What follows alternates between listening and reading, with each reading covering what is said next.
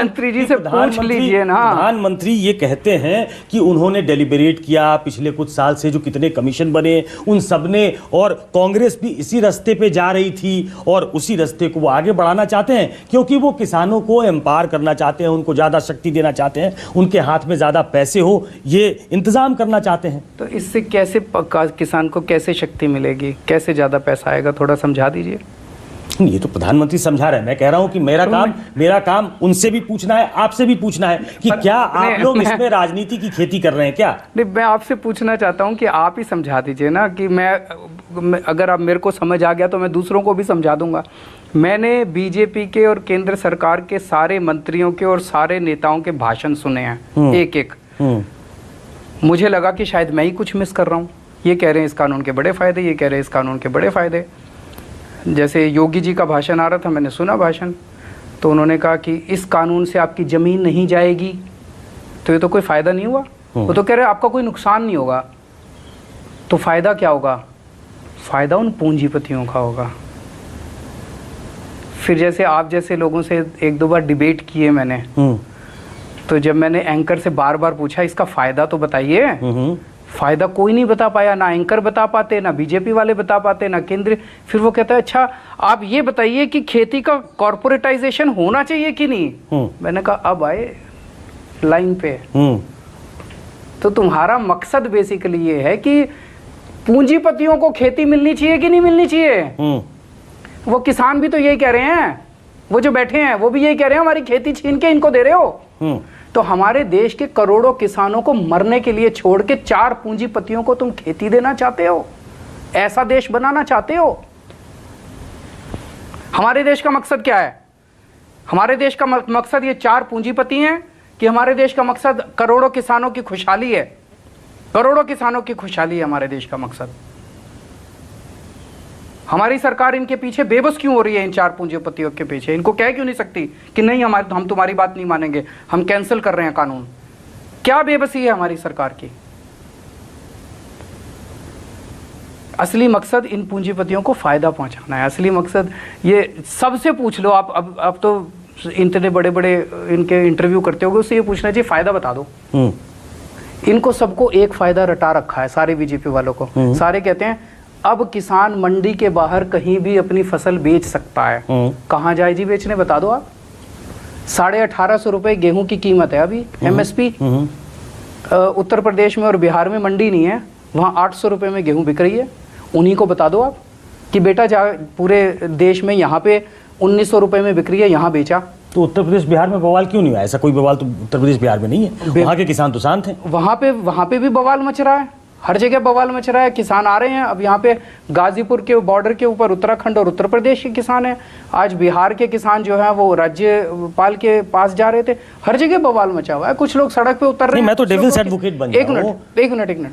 तो मेरा ये कहना है, जो ये कह रहे हैं कि किसान अब कहीं भी जाके फसल बेच सकता है, वो फायदा नहीं है। मंडी के बाहर तो आधे दाम भी नहीं मिल रहे। मंडी में कम से कम सरकार खरीदा करती थी अभी तक। मंडी के अंदर कम से कम सरकार को MSP, सरकार से MSP मिल 6% किसान बेच पाते थे अरविंद, 6%। तो मकसद क्या था? 6% को 100% करो कि 6% को भी मार दो गला घोट के? इस बात में मकसद सरकार का ऑब्जेक्टिव होना चाहिए था कि 6% केवल बेच पा रहे हैं, उनको 100% करो। सारे देश में मंडी खोलो, सारे देश में MSP दो। अगर अच्छी किसान हितैषी सरकार होती तो ये करती, और जो पूंजीपति हितैषी सरकार थी उसने 6% का भी गला घोट। कह रहे हैं ना कि हम कर रहे हैं, क्या हमने MSP बढ़ा दिया। ऐसा होता तो पिछले जब से ये ऑर्डिनेंस प्रोमलगेट हुआ है तब से मंडियां बंद होने लगती। कहीं से ये खबर आई कि मंडी बंद हो गई। तो हमने MSP बढ़ाई कि नहीं बढ़ाई? मैं आपको एक वो देता हूँ, सुझाव देता हूँ। मैंने उस दिन भी वहाँ पे मैं गया था, किसानों के बीच में सिंगू बॉर्डर पे कहा था। वो किसान बड़े अच्छे से समझाते हैं। ये किसान नेता जो है ना, ये कहते हैं कि इनको भड़का दिया। इनको भड़का नहीं सकते आप। ये आपको संविधान की और कानून की एक एक बारीकियां समझा देंगे। इनके वीडियो देखो आप, इन सारे किसानों को। वो आपको समझाते हैं जी आज हमारी सरकारी मंडी है, कल इसके बगल में एक प्राइवेट मंडी खुल जाएगी। क्या ज़रूरत है वो प्राइवेट मंडी खोलने की? अगर उस प्राइवेट वाले को ख़रीदना है तो सरकारी में आ जाए। वो वहाँ पे क्यों खोल रहा है? तो क्या होगा, वो जब प्राइवेट मंडी खोलेगा तो सरकारी मंडी के अंदर ये खरीद थोड़ी मान लो बंद कर देंगे, तो किसान जो है वो मजबूरी में उधर जाना चालू कर देगा। थोड़े दिन के अंदर यहाँ पे ये सरकारी मंडी साल में 2 साल में बंद करना चालू कर देंगे। ये इनका पूरा, उसके बाद एकाधिकार हो जाएगा उनका, उसका एकाधिकार है। ये सारे किसान, सरकार के लिए प्रेजम्पशन है ये सारे किसान बड़े अच्छे से आपको समझाते हैं। इशू फिर से ये है, मान लो प्रेजम्पशन है, मान लो फायदा क्या है किसान को, किसान कह रहा है कि क्यों लाए हो ये बिल, किसका फायदा है इस बिल से? पूंजीपतियों का। किसान का तो फायदा है नहीं। किसान को तो आप ये समझाने की कोशिश कर रहे हो, नहीं चिंता मत कर, तेरी मंडी नहीं जाएगी, नहीं चिंता मत कर, तेरा एमएसपी नहीं जाएगा, नहीं चिंता मत कर, तेरी जमीन नहीं जाएगी। वो कहता है मेरा फायदा क्या है, जब कुछ जाएगा नहीं तो ला क्यों रही है बिल? तो सरकार कह रही है कि आप क्रॉप लगाओ, आप पहले से तय कर लो, जो आपसे आपकी फसल लेना चाहता है वो पहले से दाम तय हो गए। और आज भी ले सकता है अगर ज्यादा पैसे देना चाहता है। अगर उसकी बाहर जो भी आदमी है, आज मान लो 1850 रुपये एमएसपी है किसी फसल की, एक बड़ा दिलदार पूंजीपति है हमारे देश के अंदर, वो कहता है मैं 2000 में खरीदूंगा, मंडी में जाके खरीद ले, क्यों नहीं खरीदता? नहीं, व्यापारी किसने रोका है? बहुत दिलदार नहीं होता ना, वो अपना बिजनेस भी तो देखता है। तो वो इसका मतलब 1850 से कम पे खरीदना चाहता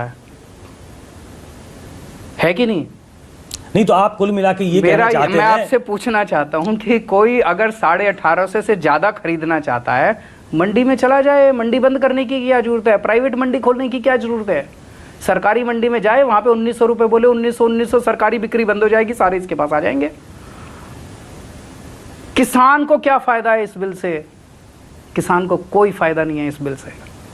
तो मेरा ये था कि जो सरकार कह रही है कि भटकाया जा रहा है, ऑपोजिशन भटका रहा है, गुमराह कर रहा है, सरकार अपना मंत्री भेज दे, 4 मंत्री भेज दें और 4 किसानों के नेता बैठ जाएं, एक पब्लिक डिबेट हो जाए। मैं आपको चैलेंज करता हूं, अगर मंत्री जो हैं किसानों के नेताओं के सामने 5 मिनट भी टिक जाएं तो पता चल जाएगा कौन किसको भटका रहा है। अच्छा, किसानों का फायदा नहीं, आपका कितना फायदा हो रहा है इसमें? पंजाब में चुनाव बहुत दूर नहीं है, राजनीतिक फायदा कितना देख रहे हैं आप इसमें? इसमें कोई राजनीति ना ही देखें आप तो अच्छा है। नहीं, मैं तो मुझे तो देखना मजबूरी है मेरी, क्योंकि खुली आंखों से अगर आप देखें तो साफ समझ में आता है कि इसमें हर दल राजनीति करेगा, क्योंकि राजनीतिक दल राजनीति करते हैं। अब आप अन्ना आंदोलन वाले अरविंद केजरीवाल नहीं है, आप आम आदमी पार्टी जिसकी दिल्ली में सरकार है, जो पंजाब में भी चुनाव लड़ चुकी है जी, जो वहाँ एक अपोजिशन पार्टी के तौर पे है, तो राजनीति तो आप करना चाहते हैं। तो ये आपको पॉलिटिकल डिविडेंड कितना दे रहा है अभी तक? नहीं, ये मैं अभी उस पॉइंट ऑफ व्यू से हम लोगों ने कभी नहीं सोचा। हमें ये लगता है कि 70 साल से जो किसानों की दुर्दशा थी, आज तक इतना बड़ा किसानों का आंदोलन शायद इस देश में नहीं हुआ। जब हमारा अन्ना आंदोलन हुआ था, लोग कहते थे कि इतना बड़ा भ्रष्टाचार विरोधी आंदोलन कभी नहीं हुआ। आज किसानों का इतना बड़ा आंदोलन हमने तो देखा नहीं है। तो मुझे लगता है कि अगर इस आंदोलन के अंत में ये कानून ख़त्म होकर अगर MSP की गारंटी का कानून आ जाए, जो कि स्वामीनाथन आयोग ने भी बोला था, MSP की गारंटी कि सरकार MSP तय करे, स्वामीनाथन के फार्मूले से तय करे और उस सारी फसलें उठाने की सरकार गारंटी दे। अगर ऐसा कानून आ जाए तो मैं समझता हूँ ये किसानों के लिए, हमारे देश के लिए, देश की